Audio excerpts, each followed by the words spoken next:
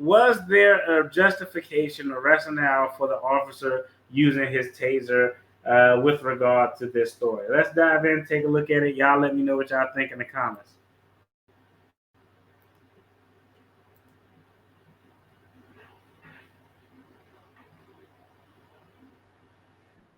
Dominic Bradford says he has permanent damage to his right eye after being tased in the face by a Robbins police officer. Now, the Robbins Police Department claims Bradford was hostile when he was asked to leave a convenience store. But Bradford believes the use of force was unjustified. The ABC 7i team has obtained video of the tasing incident that followed, and we want to warn you, some of the footage and images might be hard to watch. All right, so this dude's about to take his glasses off. I'm just warning y'all, his eye looked a little wild because it's stitched up, but he got tased. One of the prongs hit him in his eye. And just so you know how a taser works, you shoot a taser, two prongs come out, but they don't come out and go parallel directly across. They go out at an angle. And the reason that those prongs shoot out of the gun at the angle is because the more distance at the time the officer shoot it, the wider space that those prongs go. And a wider point of connection makes for a better electrical current. So if one prong hits you in the chest and the other one hits you in the thigh, that wider space creates a better electrical current for the taser to actually work. I never look the same again or feel the same, quite frankly. Dominic Bradford's right eyelid is stitched together after he underwent 4 surgical procedures. The Chicago man says he may never see out of this eye again after he was tased in the face by a police officer. Now, real quick, hey, this man is nicely dressed. He's soft-spoken. I want y'all to pay attention to his demeanor here because we got to see what's going on in the body cam footage. This is what my reality is now. I don't wish this on my worst enemy. The incident happened on March 18th. The 22-year-old says he and his friends were on their way home from a sports bar and they stopped by a convenience store in Robbins. He says a store clerk thought he had recognized him. That became a minor back and forth of, I think I've seen you. No, you haven't. I've never been here before. That's when I knocked on the glass for the item behind the counter. Bradford says a Robbins police officer who happened to be in the store asked him to stop knocking on the glass. The cop just asked him to stop knocking on the glass. Let's get all the facts. He says words were exchanged and he was asked to leave. Bradford says he followed orders and left. And that's where the officer's body cam video begins. Okay, so we got the foundation laid. He's in the store trying to buy something. Him and the clerk, I saw you before. They have some words. He knocks on the window. Now, I don't know how they define knock. Was it a knock, like knocking on the door? Or was it a boom, boom, boom, banging, as if I'm trying to bang aggressively to knock on the door? I don't know. But he knocks on the window. The officer tells him to stop knocking on the window.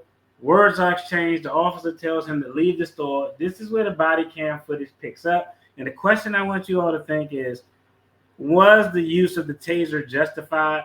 Was the officer in a reasonable threat of bodily harm or some type of assault contact? You come back up to the glass and you seem frustrated, upset. You seem to be. All right. Now look at this. Look at it. I want y'all to look at this picture right here, okay? Because we got to get full context. This guy's real soft-spoken in this interview, but this is exactly at the time the officer tells him to leave. You come back up to the glass and you seem. All right. He doesn't appear, just from this image right here, to be someone who is calm and kind of collective and everything. He already seemed a little frustrated. Honestly, if this is his woman, his sister, whoever this is, she's kind of holding him. She looked like she's trying to say, like, yo, just don't worry about it. Come on, let's go. Frustrated, upset. You seem to be yelling.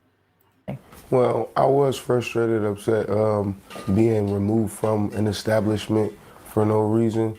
In the video, you can see Bradford and his. So far, they walking away. The cop is coming out, following behind him. Fair, the cop isn't interacting at this point, so I don't think the cop can ask someone to leave and then walk out of the store and observe them to see what's going on. That's fair. I'm assuming if the cop asked him to leave, he probably got some type of guidance to do so from the owner of the convenience store that would effectively trespass this guy. A cop just can't tell you to leave someone else's establishment. So I'm assuming that's probably what happened. But he looks hot. Friends walking to their vehicle. The officer approaches and. All right. Now he's getting in the car, but the officer's walking up. I don't know why the officer's walking up. Like, real talk, if I'm watching this video, I'm like, the guy's clearly upset. He's clearly yelling. Anytime you're yelling at a window to the point where your breath is showing on the window, yeah, you're probably a little hot. I have no clue why the officer is walking up. I think this is something that shouldn't have been done by the officer, because all it does is escalate the situation instead of de-escalate. But he's walking up. Now, is the officer within his right to walk up there? The officer could walk over there. From this point, it doesn't seem as if he's giving them any orders or got anything drawn. So it's not necessarily wrong for the officer to walk to the guy, but when the guy's going to get in his car, the instructions were to leave. I think walking up to it does just elevate the situation instead of de-escalating. And orders Bradford to get into the car. Hey, he's getting in the car. This is actually stupid, I think, on the officer's part. The guy is getting into the car, and then he walks up to tells him to get in the car again, faster. Kind of dumb. But now we see he got the taser pulled out. He walks up to him here, orders him to get in the car. The guy looks like he's giving the cop some lip service. And orders Bradford to get into the car. hey, you got 2 seconds. Now he got the taser out. Right here is beautiful. This is the picture, if I'm representing this young man, that I want everybody to see. I'm literally going to my car. The officer walks up and tells me to get in your car, which is what I was doing. And he has a taser out. This is actually perfect because his hands are down. They are in his pocket. This is an image of him actually not looking aggressive. So far, so good for this gentleman. Bradford's friends tried to intervene. And all right. Again, now let's play it a little bit because I want to. Bradford's friends tried to intervene and think. Now, okay. There's this is a situation where it's elevated. Everybody's anxious. Everybody's on edge. This guy's pissed off. The cop appeared to be a little bit scary because he's following the guy to his car for no real reason. When this young lady comes around and tells him to get in the car, trying to get someone away from a stressful situation like this is two things. She actually tried to push him in the car. The immediate response to trying to be pushed into a car when you're already upset is going to escalate whatever the situation is. I'm not saying this young lady's fault. She actually was trying to help him out, but trying to push this dude in the car, trying to push a grown-ass man into a car isn't going to do anything but de-escalate the situation. Escalate the situation. Late.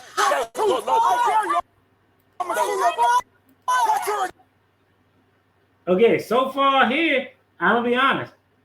I think the video is right now at this point, even though the guy shows some aggressive behavior, I think it's fair. I don't see him doing anything to attack the officer, nor do I see him doing anything to attack this young lady. Actually, what it looks like to me, y'all let me know, it looks like he's actually trying to kind of restrain this young lady from keeping her hands on him and pushing him in the car. That's why you see him pointing at her. And this is my first time watching this video all the way through. So this is what I'm seeing so far. But so far, I'm gonna be honest, I don't see anything that puts the officer in some type of immediacy of being attacked, of bodily harm, risk of any type of threat. Bradford is tased. All right, now look like the guy's tased. Some people pepper spray, tasers, the shit don't just do anything. The guy's tased. He's tased, Bradford, but it still looks like he has his composure about him. So I don't really know how effective this taser was. It doesn't appear to be effective. Normally when you get tased, people's bodies just tense up and they just drop to the ground. Even after being tased, the fact that he's not contracted up, fall on the ground, shows that this taser had little to no impact. He's still not moving forward on this guy. It looks like he's actually just kind of sitting there and taking it. Bradford is tased. See, he's tased, but he's good. He's still not doing anything moving forward at this point. And then advances. Now he takes a step forward. He doesn't take a step forward until the officer initiates the initial physical interaction Toward the officer. Now he hits him with the second taser. This is the one that actually hits him in the eye. Sit down! Sit down! Bradford is tased a second time in the face. Moments later, the officer calls for backup, and Bradford reemerges. If there's anyone watching the body cam video and they say, if his behavior weren't the way it was, we wouldn't be here, what would your response be to that? Sure, I'm not here to sugarcoat the fact that Dominic was angry, but he's outside the store. That's the key. He followed his command. Police officers, quite frankly, are trained to not emotionally react, particularly when they're not being placed in danger.